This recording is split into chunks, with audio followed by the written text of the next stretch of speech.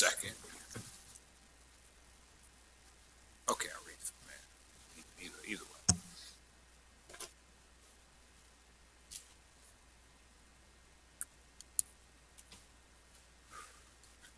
At 5:32, we'll call the meeting to order.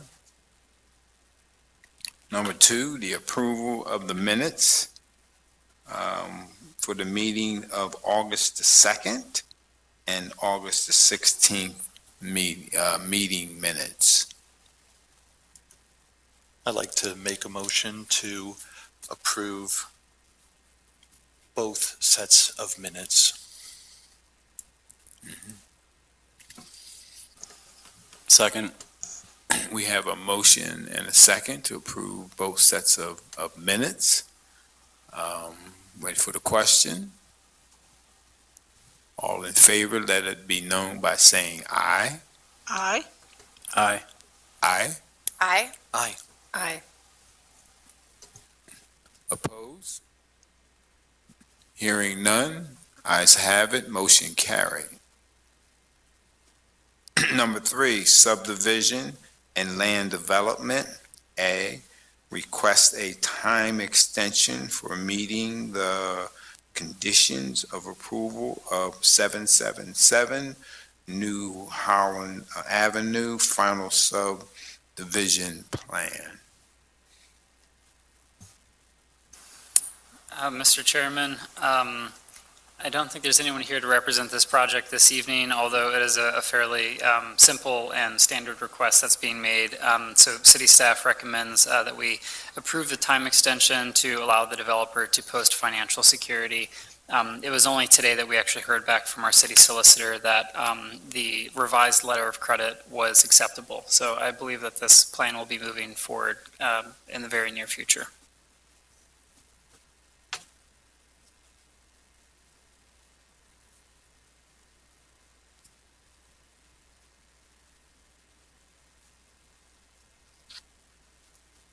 Can we expect them back soon?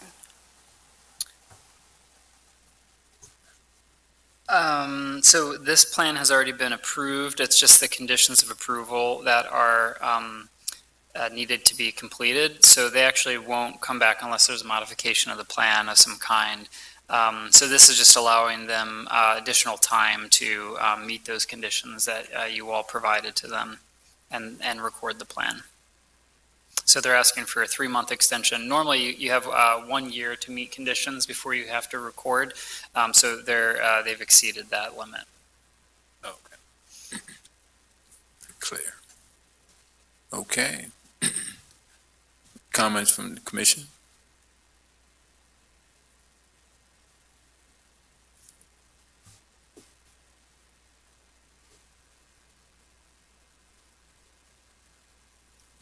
Public comment? Hearing none.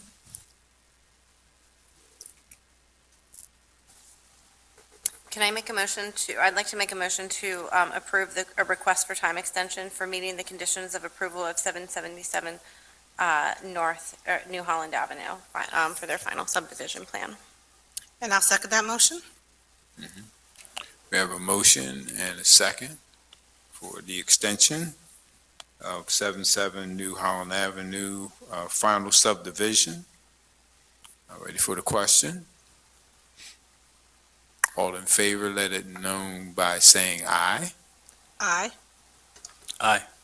Aye. Aye. Aye. Aye. Opposed? Hearing none, ayes have it, motion carried. B, final subplan for 236 East Ross Street.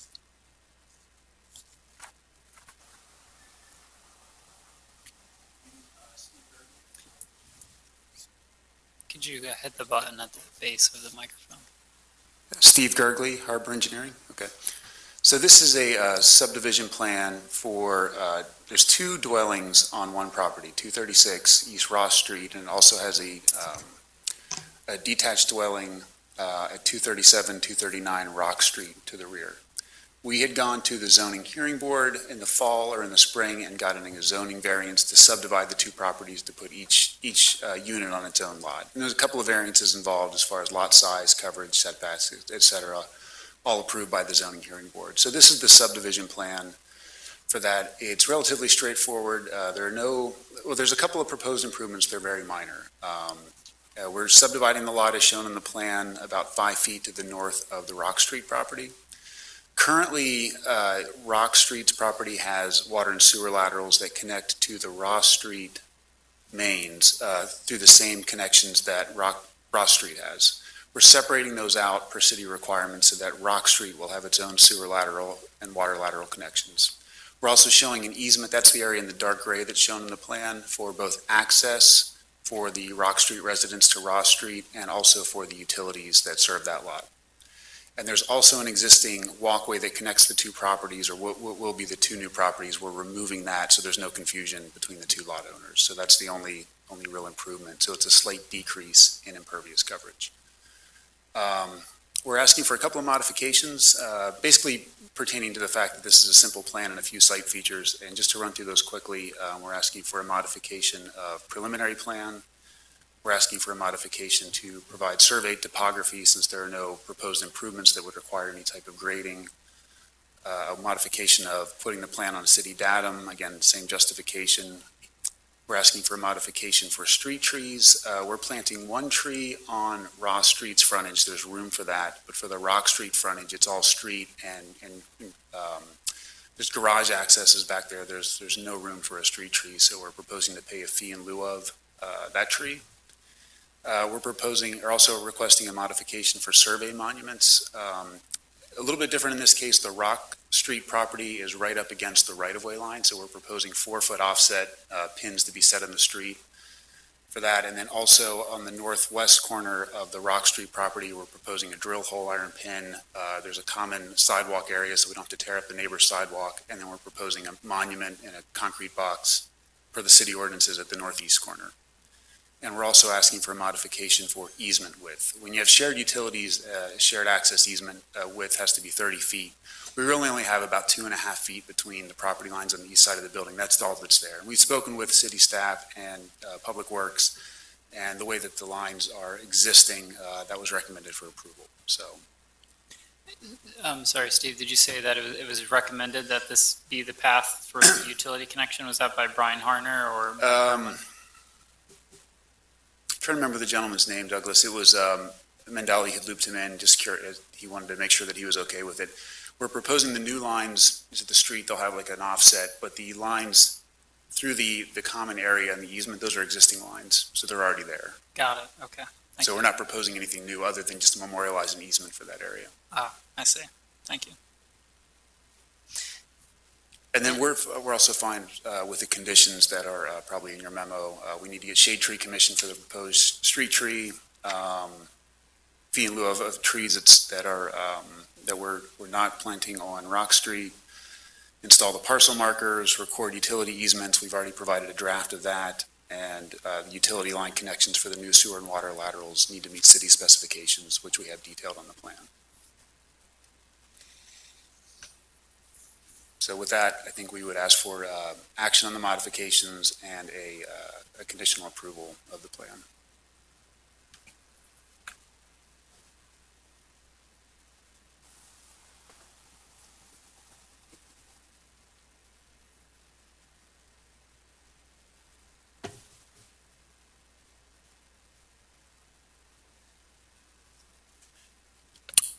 As far as the trees, you said there's room for one tree and not another? Correct. On the Ross Street frontage, there's a small grass area in front of the unit before the sidewalk. It's tight, but we had spoken with, I know he's not here anymore, but your arborist, Cody, recommended or thought there was sufficient room between the utilities to plant one small street tree, so we're proposing to do that. But on the Rock Street side, there's no room for a tree. It's all pavement and garage doors. So then you would just pay for another tree? It's our understanding, yeah, we would pay a fee in lieu of Right. that tree.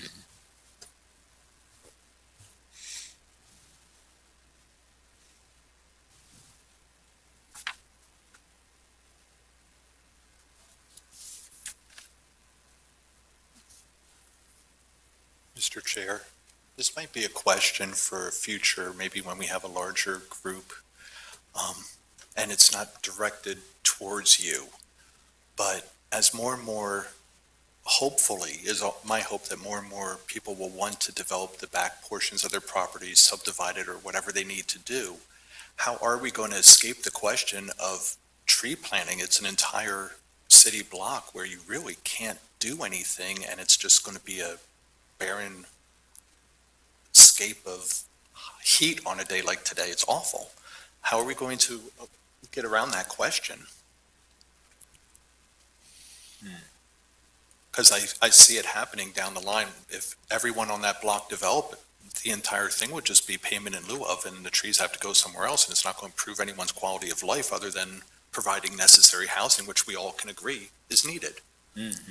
But it's just for the sake of this, I am for what we're looking at today, but for the sake of future discussion, I think that needs to be dealt with.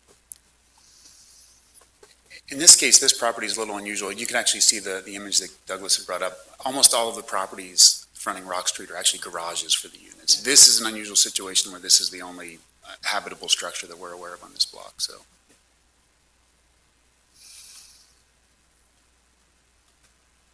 Yep, I think you make a really good point about, how to green some of these side streets can be very challenging. Definitely highlights the importance of backyard trees, of which there aren't many large ones here, but just even being in proximity to larger trees like that can have substantial cooling effects for, more than a city block, actually.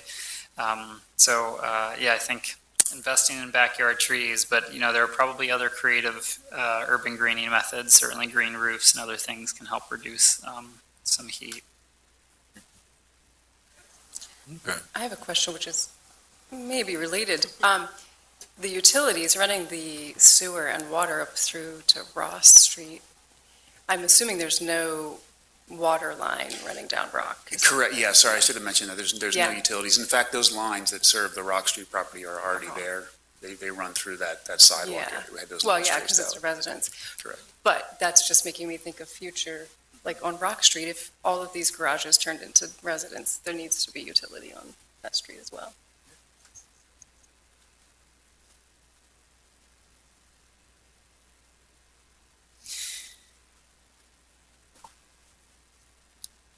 One of the comprehensive plan strategies points towards an alley study. Now, Rock Street isn't necessarily an alley, but it is a side street where you can see more development. And one of the big challenges to developing the structures along these side streets and alleys is exactly what you pointed out as utility access. So that is something that I think we're going to be looking at. One of the recommendations is to do a study for that particular purpose and to identify development potential in certain areas of the city. So thank you all for your recommendation to have that plan approved.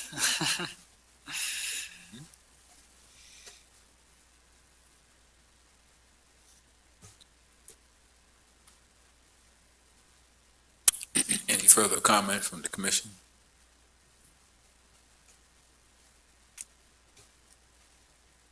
Public comment?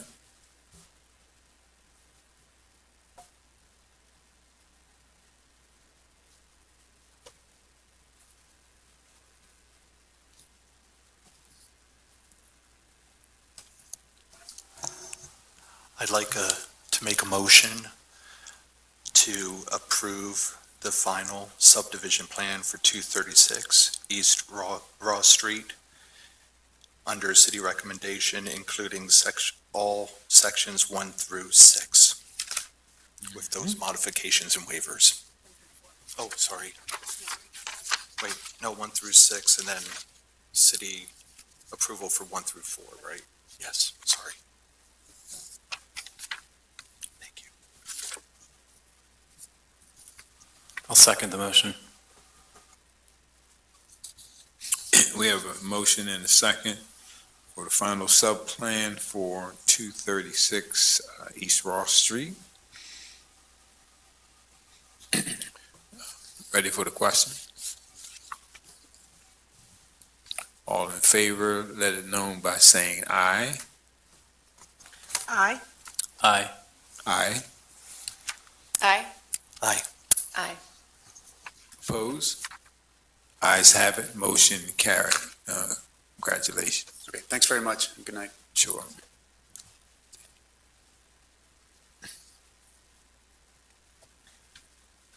Number 4, redevelopment of the city of Lancaster, none. 5, update on comprehensive plan. Sure, Mr. Chairman, I just would like to report that we had the draft comprehensive plan printed and sent out for official review this last week. It went to went to the school district and all adjacent school districts. It went to all adjacent municipalities, including East Hempfield, which we arguably do or do not touch out by Park City, and it went to the county for official review as well. The county will be reviewing it at their planning meeting in October. So all of that, they have 45 days. The school district has reached out to set up a meeting with city staff in the coming weeks to review their comments and thoughts. So everything is going smoothly so far. I did also just want to briefly provide an update too on the discussion that we had with a subcommittee here. So if you just give me one moment here, I will pull up some information to share with you.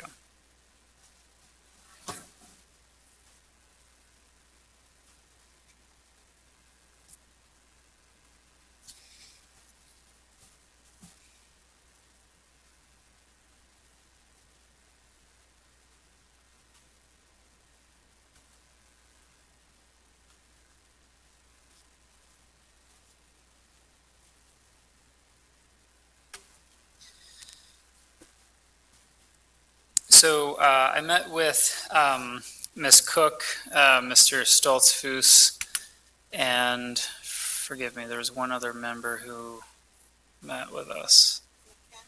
And yes, Mr. Weeks, to discuss the Planning Commission's concerns that the proposed economic geography, economic development geography in the comprehensive plan was favorable to north of King Street and less favorable to its south. The Planning Commission, you all recommended approval of the comp plan with the condition that staff and Planning Commission work collaboratively to intentionally and deliberatively consider expanding specifically the urban center's land use boundary. So the proposal is to expand it was to expand the urban center area further south to Conestoga Street, bounded by Church to the east and Water and Arch to the west. So I'll walk through some of the justification here. Basically, I looked at a number of development sites in this area and also coded the buildings according to building height here. So you can see this is up is north here, and so the red buildings are buildings that are mostly 5 stories and up. And so what I was trying to look at was where sort of the natural boundary is for the downtown, given those building heights that are already existing. And then looking at some reference points south of there, where we have Carter McRae and the Water Street Rescue Mission, St. Mary's, and some additional building height, as well as the towers nearby. And with some recommendations from Mr. Stoltzfus, I started to take stock of some development opportunities that would be nearby where additional density or larger redevelopments could be accommodated. So those 6 development sites that I identified are listed here. The youth center, which is owned by the Water Street Rescue Mission, that's labeled A. So low-lying buildings in this potential area would actually be, development opportunities for an urban center where we would allow more height. The Save-A-Lot grocery store is an open parking lot, also adjacent to some parking at St. Paul's. D is the Water Street Rescue Mission. While mostly built out, there is some opportunity for infill, including the building, that portion that they demolished at the corner of Conestoga and Water. And then the beverage distributor, E, where there's a parking lot and also a low-lying building. And F, there is actually a large side yard on Vine Street owned by Larry DeMarco that has significant frontage there as well. So this is the proposed boundary that I presented to the subcommittee. I carved out Carter McRae because that would be coded as an institutional property and probably will remain school district for the foreseeable future. So here it is in context. Here's the future land use map zoomed in. And I've highlighted the area in yellow that we changed over to urban centers to expand what I'll refer to as the downtown urban center. Let me just see, I had some other notes here. I'll just read through them. So the urban center land use district is proposed to extend from the center city north along Prince and Queen, connecting the downtown to the stadium area lands and the train station. Commercial ground floor will complement these existing uses and offer additional services to regional hubs. So I'm talking about the northern side of the city right now. Ground floor commercial and building height up to 12 stories is a defining characteristic of the urban center land use. So although in first glance it may make sense to extend the urban center use all the way along the southern corridor, the same opportunities don't quite exist on South Prince and South Queen, but between Conestoga and Angleside, there are 4 city blocks that are primarily dense residential with far fewer redevelopment opportunities. There's currently no existing regional hub or transportation attractions that would warrant extending ground floor commercial throughout the southern area. Furthermore, both streets are limited to the east and west by Graveyard to the east, and to the west an industrial job center. So residential density decreases, as do redevelopment opportunities.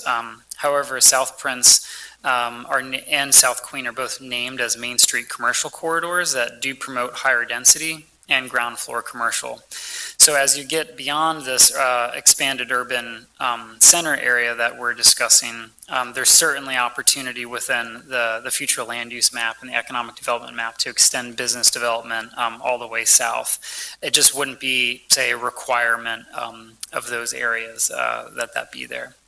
So that is what we've moved forward with. If you do go on to ourfuturelancaster.com, the latest draft of the plan is posted here, the orange button, and you'll see that the future land use map has indeed been amended.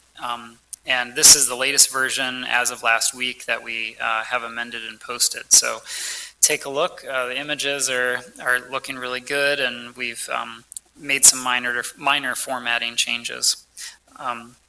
So I really appreciate your feedback. I felt like the conversation that we had with the subcommittee was a really good one.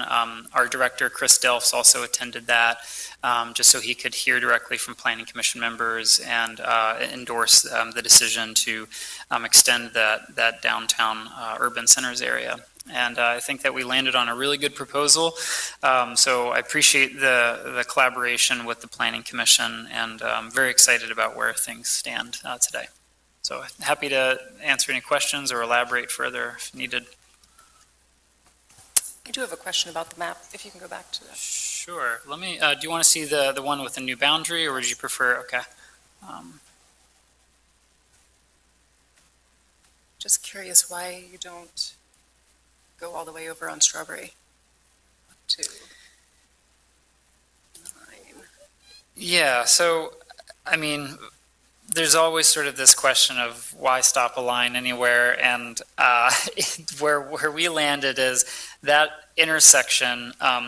What you have to be mindful of is kind of the way that existing buildings are at certain intersections and the height of them and kind of what you're responding to in the urban fabric. And as you go to Strawberry Street, you're actually increasing in elevation. Putting a significantly tall building at that location would appear even more significant than it would be in a lower lying area, which is partly why the Mosaic project at 220 feet tall worked in a sense, because it actually was only 30 feet taller than the Marriott building. So we stopped it from going up the hill there. And, keep in mind, this is still a high commercial, area for that neighborhood. And I don't think in any way is inhibited from further development by not being included in the urban centers. Good question, though.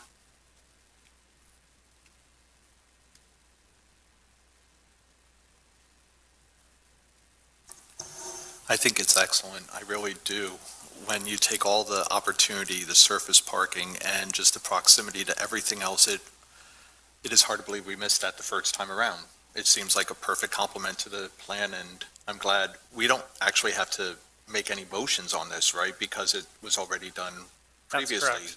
Yep. So just applause. It looks great. Thank you. And really, again, appreciate the planning commissioner's participation in that process. And just so you can see it in context here, I'll show you the map.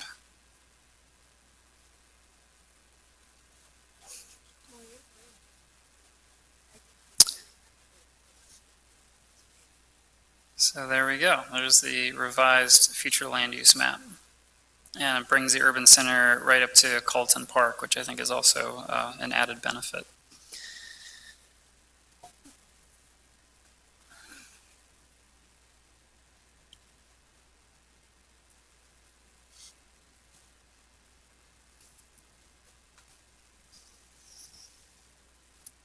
Well, that's all I had. I'll just actually, the last thing I'll say is please mark your calendars for, I'll give you two dates. October 2nd is when City Council will first hear the comprehensive plan and discuss it. And then on October 24th, that is the night that we hope they'll consider adoption of the resolution. Ordinances take 2 readings, resolution is just a single reading, so October 24th will be the night, and we have a public hearing scheduled as required by state law prior to action being considered. So there will be a court reporter here. A variety of documents will have to be read into the record, including comments from any adjacent municipality, school district, the county, certainly I'll be noting the recommendation of the Planning Commission there, and if any members of the public want to make comment during that time, they'll be welcome to. So that meeting is at 6:30 p.m. on October 24th. And if you want to attend the October 2nd meeting, that one's at 6 p.m. It's a council committee meeting. Generally, they're setting the agenda for the upcoming council meetings. And if all goes well on the 24th, the plan will have been adopted and we'll have copies printed. And it'll be posted online as the adopted plan with the resolution.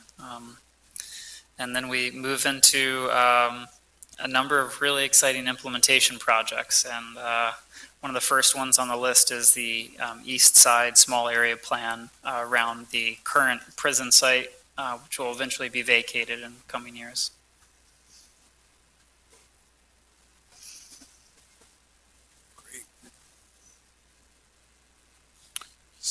Sounds good.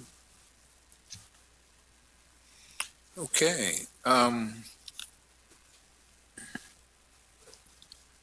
Any further comment? Other business?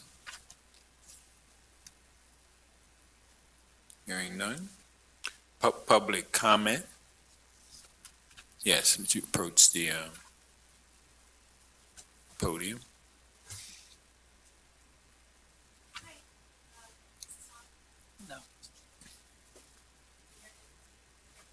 Press the button. Press it one more time. Button. Is it on? Ah, Yes. yeah, it's on. Gail Grove Scott, 323 North Lime Street. I haven't seen most of you, and I apologize, I couldn't get here earlier. I missed the last planning meeting. I tried to come, and you guys were done before I got here. So I have some questions about the comprehensive plan. And if you're going to have other meetings before October 2nd, or if I could meet with Mr. Smith one-on-one or with some other neighbors, I'd be happy to do that, because I just wasn't able to make many of the meetings. I've been involved in some zoning issues, and it really opened my eyes about the importance of planning and some of the challenges neighborhoods have in terms of enforcement, and the challenges the city has in terms of enforcement of zoning. So I really have a lot of questions about the expansion of mixed use, because what we're doing now with all the Rs is moving to mostly mixed use in the neighborhoods. And I'm confused, because I'm seeing right now, with the plan we have now, how hard it is for neighbors with the information deficit that we have, not being experts, not always having attorneys, to challenge anything that is inappropriate. We successfully challenged something on the 200 block of East Madison twice using the impact factors, but it was really hard because we didn't have the same knowledge that a well-funded developer has. And in the hearing, the fact that most of the city is turning to mixed use was brought up by the developer. And one of the comments he made, and Mr. Smith came up and made a comment afterwards, like, hey, the draft plan hasn't been approved, but you guys are really close to approving it. And this developer said, hey, everything's going to go mixed use, and basically I'll get to do what I want, which involved a 3-story building with a party wall and a row of row houses, So it was not appropriate. But I'm saying, like, what's going to be the changes in the codes? How are those codes going to be made to match the new mixed-use zones? Because right now the tables allow a whole bunch of things in a mixed-use zone that's not allowed in an R1, R2, R3, and R4. And what recourse will we have as neighbors? Is the zoning commission going to have constant hearings, like the 6 hearings we went through? I mean, how are you going to enforce this? I'm just really baffled in terms of the resources we're going to have to make sure the neighborhoods are protected. Mr. Chairman, do you mind if I respond? Thank you for the comment, and certainly, I attended all of those hearings and heard you speak, and many other neighbors about the East Madison hotel that was proposed. So this plan is just a north arrow. It's not. This is not an enforceable plan like zoning code is. So this is the foundational policy document that helps set some policy direction for our zoning code, which now needs to be revised, and that will probably honestly take 2 to 3 years to do, because zoning, as you know, is a very complex thing, and it's going to require a lot of analysis of what's on the ground currently before we can settle on code. So yes, this plan does encourage mixed use land uses, and that is, partly because that's best practice around walkability and bikeability, being able to access neighborhood and community scale services in your neighborhoods, and it also creates job promotion and economic development in the city. Most communities that implement mixed use zoning effectively use a lot of different performance standards.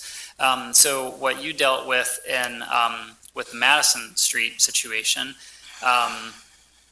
was actually quite similar. I don't know that we would design it this way. We have a long road to get to, but the way that the current zoning is set up basically encourages R3 and R4 as mixed-use districts, and that is why we have so many different businesses all throughout the city, bodegas and corner stores. The current zoning code says if you meet this list of criteria, you are referring to them as impact factors, then, you can have your business. If you exceed them, then the zoning hearing board can deny that request.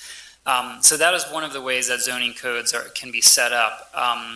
I don't know, I can't say at this point whether we would, what that will look like. In some communities, they even use things like decibel levels, or, they get very specific in terms of the performance standards. And if those aren't adhered to, then a business can be shut down or their zoning is not approved. So it's very early to say at this point, but certainly I think what we are advocating for, and this body has actually taken formal action on this plan on August 16th, so this is headed to council next, is very much in line, I think, with the current form of the city and the way that it has been developing as a mixed-use community. And that was one of the things that we heard from the community loud and clear, that that was a great asset of the city that the residents wanted to advocate for. But there is always a balance to it, and how we do it well, I think, is that's where the rubber hits the road, and that will be in the zoning rewrite for sure. Okay, well, that's helpful. I'm sure it will take years to do the zoning changes, because wow, that's a lot of complexity. I'm just, having attended Traffic Commission recently, I know you were at one of those meetings, we saw that because of the mixed-use nature, which I appreciate and advocate for too, we saw that, increasingly tractor trailers are driving in city alleys where they can't make the turns because of the mixed-use nature of our city. And, I'm just really struggling with how we're going to handle this infrastructure challenge. But I know that you want it to be, livable too. I know we're on the same side there. So I appreciate that you're saying this is the goal, and it sounds like there's a lot more work to be done and that there'll be community involvement in that. Absolutely, yes. And keep in mind that mixed-use map that we are looking at, sorry, I don't have it pulled up anymore, but this is a very high-level future land use map. It's not a zoning map yet, so this will likely be translated, like that orange zone, for instance, could become two districts. Like right now, we have R3 and R4. I think you guys are in an R3 in your neighborhood. So that zoning district, although it's advocating for mixed use, it's possible that it could become more specific, and those districts could have different requirements in there. That would still be in keeping with the land use map. So I don't think we're locked in any way at this point definitively, but just that in general, the direction that we want to go is there is additional height that is permissible or that is advocated for through this plan. We now need to narrow that down to where exactly does that happen? What kinds of businesses do we want to advocate for? Along what corridors? The zoning is going to have to, it's going to be a very detailed exercise. Okay, well, I hope the mayor is going to be, and the city council is going to be supportive of adding resources to zoning, because with one zoning officer doing all the advice to the neighbors, all the approvals of applications and enforcement, most of the enforcement, I see a lot of gaps right now. And this is going to involve a lot of work. So I hope you guys are ready for that. But thank you for your serving on this committee. I see there's not very many of us show up sometimes, and I know how much you guys put into it. So I appreciate your serving the community this way too. All right, that answers my question. Thanks. Sure. Thank you. Any other public comment? Hearing none. Have a motion to adjourn the meeting in record time. I'll make a motion to adjourn the meeting. I will second that. We have a motion and a second. Ready for the question? All in favor? Nobody saying aye. Aye. Aye. Aye. Ayes have it. Meeting adjourned. Thank you.